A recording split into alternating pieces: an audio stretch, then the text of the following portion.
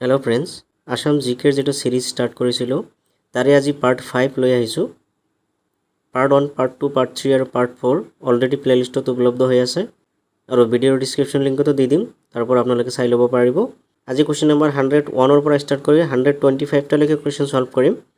আৰু এই 25 টা কোৱেশ্চনৰ মাজতে আপোনালোকে more than 100 কোৱেশ্চনছ লিংক কৰিব পাৰিব গতিকে ভিডিওটো হেক লৈকে চাব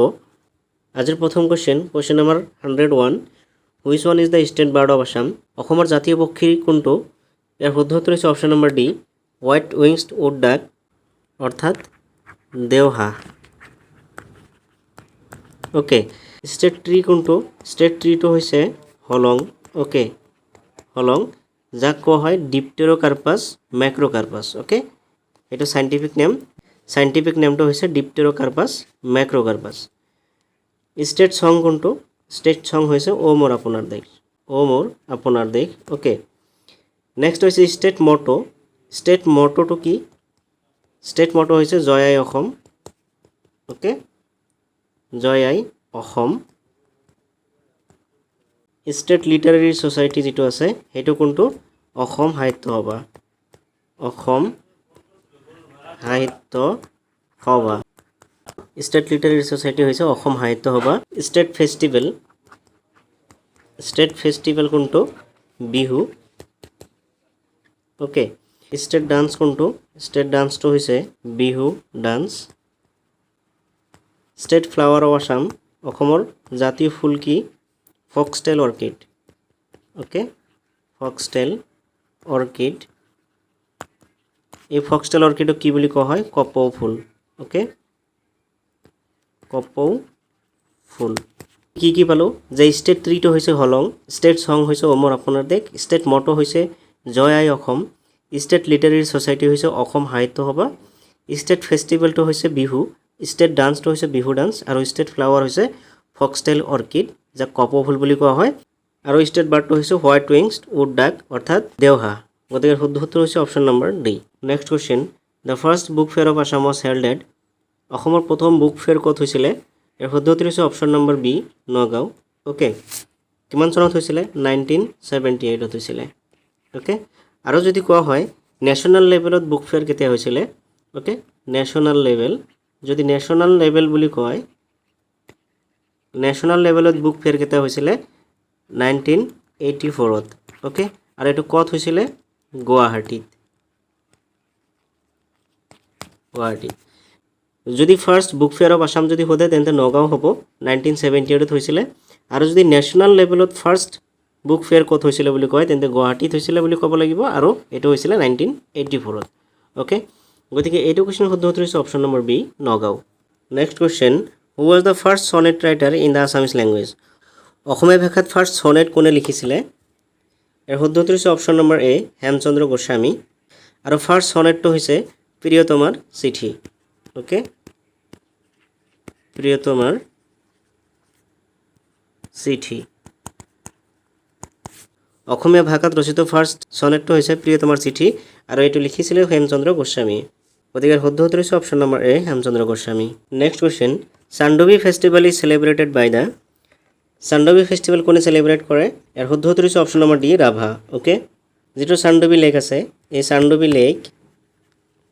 ভূমিকম্পৰ ফলত সৃষ্টি হৈছিল আৰ্থকুৱাকৰ কাৰণে হৈছিল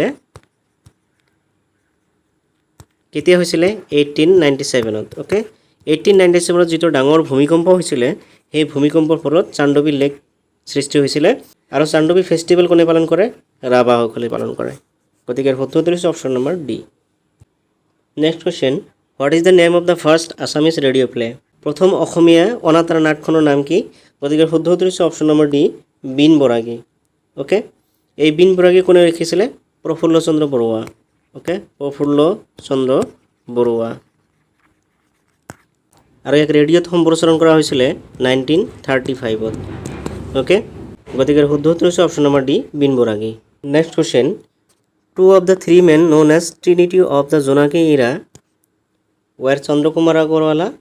Hemchandra Goswami who is the third person okay Jonaki যুগৰ যেটো ত্ৰিনিটি আছিল বা ত্ৰিমূৰ্তি আছিল তাৰ ভিতৰত আছে চন্দ্ৰকুমাৰ আগৰৱালা হেমচন্দ্ৰ গোস্বামী আৰু এজন আছে হেজন কোনজন গতিকে শুদ্ধ উত্তৰ হৈছে অপচন নম্বৰ এ লক্ষ্মীনাথ বেজবৰুৱা লক্ষ্মীনাথ বেজবৰুৱা, চন্দ্ৰকুমাৰ আগৰৱালা আৰু হেমচন্দ্ৰ গোস্বামী এই তিনিজনক জোনাকী যুগৰ ত্ৰিমূৰ্তি বুলি কোৱা হয়। ওকে, ত্ৰিমূৰ্তি। নেক্সট কুৱেশ্যনত কৈছে environmentalist Robin Banerjee's museum is located in which district. Okay, Robin Banerjee এজন এনভাইৰনমেণ্টেলিষ্ট আছিলে। তেওঁৰ নামত এটা মিউজিয়াম বনোৱা হৈছে, ৰবীন বেনাৰ্জীছ মিউজিয়াম বুলি কোৱা হয়। এই মিউজিয়ামখন ক'ত অৱস্থিত বুলি সুধিছে, গতিকে শুদ্ধ উত্তৰ হৈছে option number B, Golaghat. Okay, এই মিউজিয়ামখন গোলাঘাটত অৱস্থিত। Next question, who was the first speaker of Assam assembly. Okay, Assam বিধানসভাৰ প্ৰথম স্পীকাৰ কোন আছিলে, ইয়াৰ শুদ্ধ উত্তৰ হৈছে অপশ্যন নম্বৰ এ, বাবু বসন্ত কুমাৰ দাস। ওকে, কেতিয়াৰ পৰা কেতিয়ালৈকে আছিলে, 1937 টু 1946 লৈকে। অসম বিধানসভাৰ বৰ্তমান স্পীকাৰ কোন, বিশ্বজিৎ দৈমাৰী। বিশ্বজিৎ দৈমাৰী, তেওঁ 2021 পৰা ছাৰ্ভ কৰি আছে বৰ্তমানলৈকে। অসম বিধানসভাৰ টোটেল চিট কিমান, 126টা, 126টা। অসমক কেতিয়া বাই কেমেৰেল লেজিছলেচাৰ হিচাপে স্বীকৃতি দিয়া হৈছিলে, 1937ত। Okay, under Government of India Act, Government of India Act 1935। 1935 যিটো গভৰ্ণমেণ্ট অফ ইণ্ডিয়া এক্ট আহিছিলে, সেই এক্টৰ আণ্ডাৰত অসমক বাই কেমেৰিয়েল লেজিছলেচাৰ হিচাপে গঢ় দিয়া হৈছিলে 1937ত। ওকে, আৰু ফাৰ্ষ্ট স্পীকাৰ আছিলে বাবু বসন্ত কুমাৰ দাস, 1937 টু 1946 লৈকে আছিলে। Next question, what is the name of the first Assamese novel of the modern এৰা। মডাৰ্ণ এৰাত প্ৰথম অসমীয়া নভেলটো কি, ইয়াৰ শুদ্ধ উত্তৰ হৈছে অপশ্যন নম্বৰ এ, ভানুমতী। আৰু এই ভানুমতী কোনে লিখিছিলে, পদ্মনাথ গোহাঁই বৰুৱা। পদ্মনাথ গোহাঁই বৰুৱাই ভানুমতী নামৰ ফাৰ্ষ্ট আছামিজ নভেল লিখিছে modern era. Okay, next question, Jagdish Mukhi was the ডেষ্ট গভৰ্ণৰ অফ আছাম। জগদীশমুখী অসমৰ কিমানতম গভৰ্ণৰ আছিলে, গতিকে শুদ্ধ উত্তৰ হৈছে অপশ্যন নম্বৰ ডি, 30th। আৰু বৰ্তমান অসমৰ গভৰ্ণৰ কোন, গোলাপ চান্দ কাটাৰিয়া। ওকে, গোলাপ চান্দ কাটাৰিয়া হৈছে বৰ্তমান অসমৰ গভৰ্ণৰ, আৰু তেওঁ হৈছে 31st governor of Assam. Okay, আৰু এই গভৰ্ণৰক কোনে শপত বাক্য পাঠ কৰায়, chief justice of high court. Okay, chief justice, হাইকোৰ্টৰ চিফ জাষ্টিছে গভৰ্ণৰক শপত বাক্য পাঠ কৰোৱায়। আৰু অসমৰ ফাৰ্ষ্ট গভৰ্ণৰ কোন আছিলে, ফাৰ্ষ্ট গভৰ্ণৰ আছিলে ছালেহ আকবৰ। ওকে, ছালেহ আকবৰ হাইদ্ৰি, 1947 টু 48 লৈকে। Okay, next question, which north eastern state is also' called the land of rising sun. উত্তৰ পূৰ্বাঞ্চলৰ কোনখন ৰাজ্যক লেণ্ড অফ ৰাইজিং ছান বুলি কোৱা হয়, ইয়াৰ শুদ্ধ উত্তৰ হৈছে option number C, Arunachal Pradesh. Arunachal প্ৰদেশত থকা ভিলেজ ডং ভেলী। ওকে, ডং ভেলী নামৰ ভিলেজটোত প্ৰথমে সূৰ্য উদয় হয় বুলি জনা যায়। অৰুণাচল প্ৰদেশৰ বৰ্তমান CM কোন, পেমা খাণ্ডু। ওকে, পেমা খাণ্ডু, তেওঁ BJPৰ পৰা বিলং কৰে। আৰু এই অৰুণাচল প্ৰদেশটো হৈছে largest state in north east. Okay,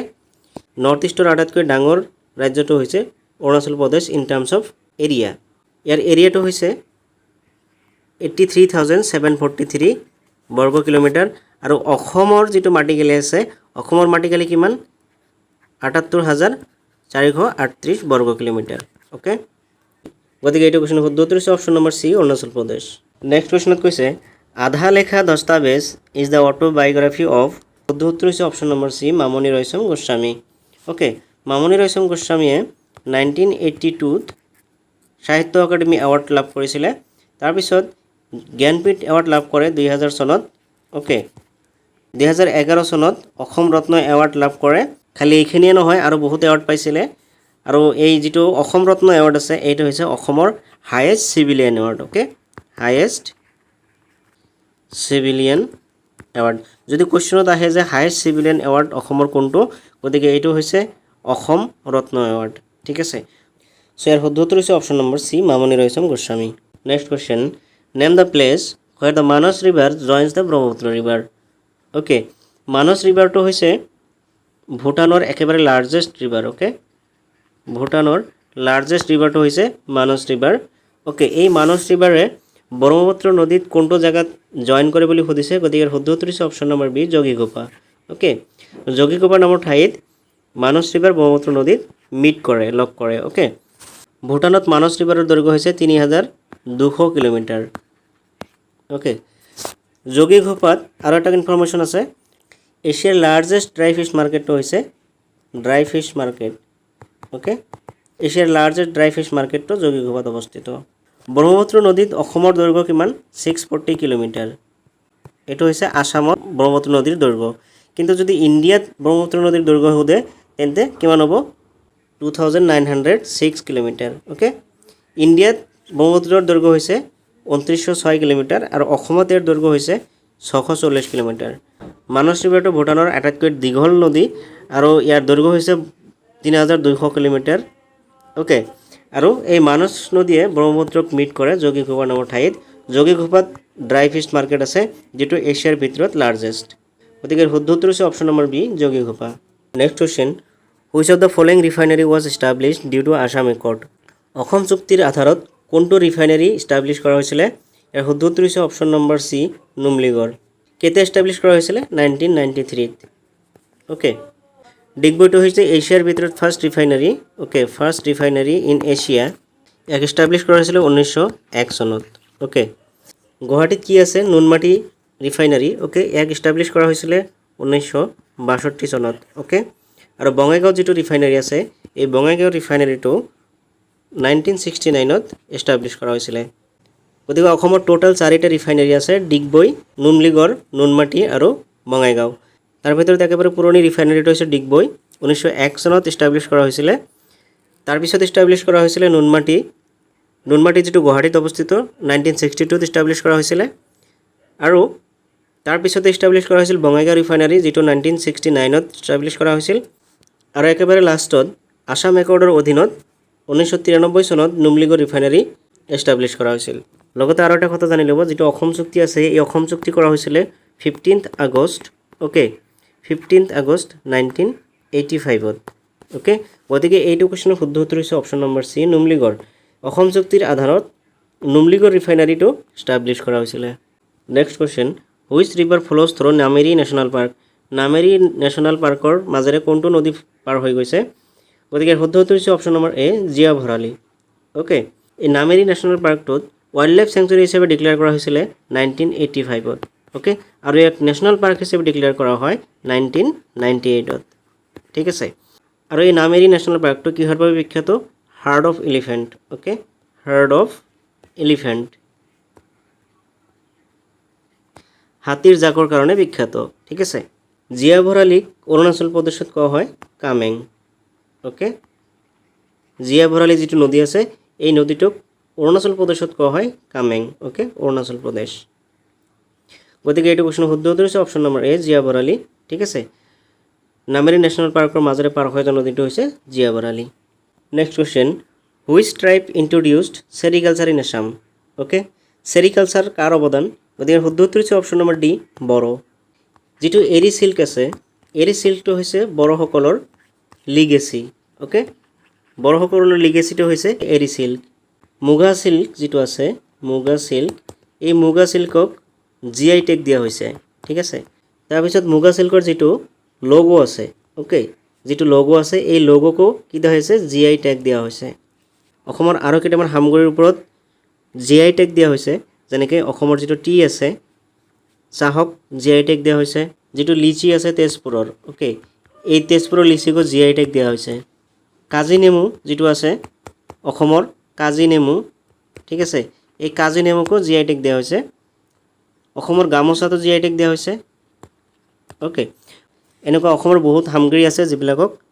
GI tag দিয়া হৈছে জিআই টেগ মানে হৈছে জিওগ্ৰাফিক্যাল ইন্ডিকেশন টেগ গতিকে এইটো কোৱেশ্চনৰ শুদ্ধ উত্তৰ হৈছে option number D Bodo next question which of the following is the first Assamese romantic poem অসমৰ প্ৰথম ৰোমান্টিক পোয়েম কোনটো ইয়াৰ শুদ্ধ উত্তৰ হৈছে option number C Bonkuwori okay বনকুঁৱৰীটো হৈছে অসমৰ প্ৰথম romantic poem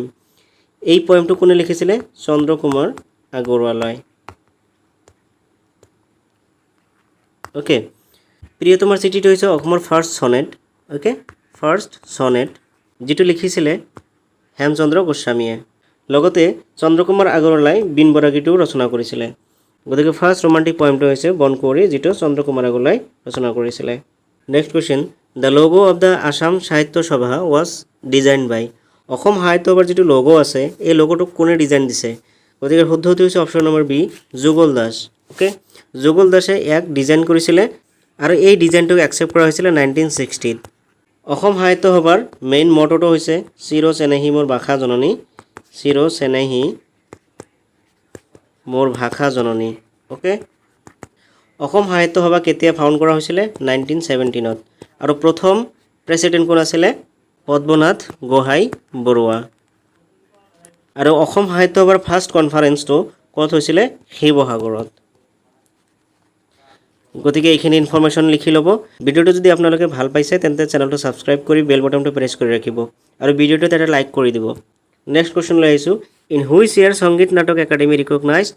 Sattriya as a classical dance এটা কেইটামান কথা জানিবলগীয়া আছে যিবিলাক ক্লাছিক্যাল ডান্স আছে এই ক্লাছিক্যাল ডান্সবিলাকক কোনে ৰিকগনাইজ কৰে সংগীত নাটক একাডেমি ওকে এই সংগীত নাটক একাডেমি কেতিয়া এস্টাবলিশ হৈছিল 1952ত অসমৰ যেটো সত্ৰিয়া ডান্স আছে এই সত্ৰিয়া ডান্সক ক্লাছিক্যাল ডান্স হিচাপে ৰিকগনাইজড কেতিয়া কৰা হৈছিল ইয়াৰ শুদ্ধটো হৈছে অপশ্যন নম্বৰ ডি 2000 ওকে 2000 চনত সত্ৰিয়া ডান্সক ক্লাছিক্যাল ডান্স হিচাপে স্বীকৃতি দিছিলে কোনে দিছিলে সংগীত নাটক একাডেমিয়ে আৰু কেইটামান ইম্পৰ্টেন্ট ক্লাছিক্যাল ডান্স আপোনালোকে মনত ৰাখিব যেটো ভাৰত নাট্যম আছে ওকে ভাৰত নাট্যম আছে এই ভাৰত নাট্যমটো হৈছে তামিলনাডুৰ তাৰপিছত কথাকলি যেটো কথাকলি ক্লাছিক্যাল ডান্স এটো কোনটো ষ্টেটৰ হয় কেৰালাৰ হয় ঠিক আছে কুচিপুড়ি ওকে কুচিপুড়ি এই কুচিপুড়ি ডান্সটো কোনটো ষ্টেটৰ লগত জড়িত অন্ধ্ৰ প্ৰদেশ ওকে ইয়াৰ পিছত আছে মোহিনী উত্তম ওকে লিখি ল'ব মোহিনী উত্তমটো কেৰালাৰ ক্লাছিক্যাল ডান্স ওকে এইখিনি ইনফৰমেশন লিখি ল'ব গতিকে এইটো কোৱেশ্চনৰ শুদ্ধ উত্তৰ হৈছে অপশ্যন নম্বৰ ডি 2000 সত্ৰিয়া ডান্সক 2000 চনত ক্লাছিক্যাল ডান্স হিচাপে স্বীকৃতি দিছিলে সংগীত নাটক একাডেমিয়ে next question what is Gumrag okay Gumrag মানে কি গুমৰাগটো হৈছে এক প্ৰকাৰ ডান্স ঠিক আছে আৰু এই গুমৰাগ ডান্সটো মিচিং কমিউনিটিৰ লগত জড়িত ওকে মিচিং কমিউনিটিৰ লগত জড়িত যেতিয়া আলি আই লিগাং পালন কৰে আলি আই লিগাং ওকে মিচিং সকলৰ যেটো ফেষ্টিভেল আছে আলি আই লিগাং এই আলি আই লিগাঙত এই গুমৰাগ ডান্স কৰে আলি আই লিগাঙত আলি মানে কি আই মানে কি লিগাং মানে কি এই তিনটাৰ মিনিং আমি আগৰ ভিডিওত আলোচনা কৰিছিলো গতিকে হেইটো ভিডিও আপোনালোকে চাই ল'ব ঠিক আছে গতিকে এটা কোৱেশ্চন শুদ্ধ উত্তৰ হৈছে option number B dance next question which one of the following is the oldest মছজিদ ইন আসাম অসমৰ আটাইতকৈ পুৰণি মছজিদ কোনটো ইয়াৰ শুদ্ধ উত্তৰ হৈছে অপশ্যন নম্বৰ বি পানবাৰী মছজিদ পানবাৰী মছজিদটো ক'ত আছে ৰঙামাটি ওকে ৰঙামাটি ধুবুৰীত অৱস্থিত ঠিক আছে পোৱা মক্কা যেটো আছে এই পোৱা মক্কাটো হাজত আছে ওকে কামৰূপ ডিস্ট্ৰিক্টৰ হাজত অৱস্থিত কোনটো পাহাৰৰ ওপৰত আছে গৰুৰাচল হিল ওকে গৰুৰাচল হিলৰ ওপৰত আছে গতিকে শুদ্ধ উত্তৰ হৈছে অপশ্যন নম্বৰ বি পানবাৰী মছজিদ নেক্সট কোৱেশ্চন এনভাইৰনমেন্টালিষ্ট যাদৱ Payeng was awarded Padma Shri in the year যাদৱ পায়েং এজন এনভাইৰনমেন্টালিষ্ট আছিল ওকে তেওঁক কোন চনত পদ্মশ্ৰী উপাধিৰে সন্মানিত কৰা হৈছিল আৰু শুদ্ধ উত্তৰ হৈছে অপশ্যন নম্বৰ সি 2015 যাদৱ পায়েঙক ফৰেষ্ট ম্যান অফ ইণ্ডিয়া বুলিও কোৱা হয় okay forest man of India যাদৱ পায়েঙে যেটো ফৰেষ্ট ক্ৰিয়েট কৰিছিল সেই ফৰেষ্টৰ নাম দিয়া হৈছিল মলাই ফৰেষ্ট এই মলাই ফৰেষ্টটো ক'ত অৱস্থিত কোকিলামুখ ওকে কোকিলামুখ যেটো যোৰহাটত অৱস্থিত গতিকে শুদ্ধ উত্তৰ হৈছে option number C 2015 next question দীপৰ বিল was declared as bird sanctuary in which year দীপৰ বিলক কেতিয়া বাৰ্ড স্যাংচুৰী হিচাপে ডিক্লেয়াৰ কৰা হৈছিল ইয়াৰ শুদ্ধ উত্তৰ হৈছে অপশ্যন নম্বৰ বি 1989ত ঠিক আছে দীপৰ বিলটো হৈছে অসমৰ একমাত্ৰ Ramsar site okay Ramsar site of Assam অসমৰ একমাত্ৰ ৰামসাৰ সাইটটো হৈছে দীপৰ বিল আৰু এক ৰামসাৰ সাইট হিচাপে ডিক্লেয়াৰ কৰা হৈছিল 2002ত ওকে এই দীপৰ বিলটো ক'ত অৱস্থিত গুৱাহাটীত গতিকে এইটো কোৱেশ্চনৰ শুদ্ধ উত্তৰ হৈছে option number B 1989 next question who discovered the occurrence of oil in Assam ইয়াৰ শুদ্ধ উত্তৰ হৈছে option number A lieutenant R Wilcox. উইলকক্সক প্ৰথমতে অসমত তেলৰ সন্ধান পাইছিলে, ঠিক আছে, কেতিয়া পাইছিলে 1825ত, আৰু সেইমতে 1889ত ফাৰ্ষ্ট অইল এক্সট্ৰেকশ্যন ষ্টাৰ্ট কৰা হৈছিলে, অইল এক্সট্ৰেকশ্যন, অ'কে। আৰু ফাইনেলি 1901ত 1901 চনত অসমৰ ফাৰ্ষ্ট তৈল শোধনাগাৰ ডিগবৈত ইষ্টাব্লিছ কৰা হৈছিলে। গতিকে শুদ্ধ উত্তৰ হৈছে option number A lieutenant R Wilcox. আজিৰ last question, falcon festival is celebrated in which place? Falcon festival যিটো আছে এইটো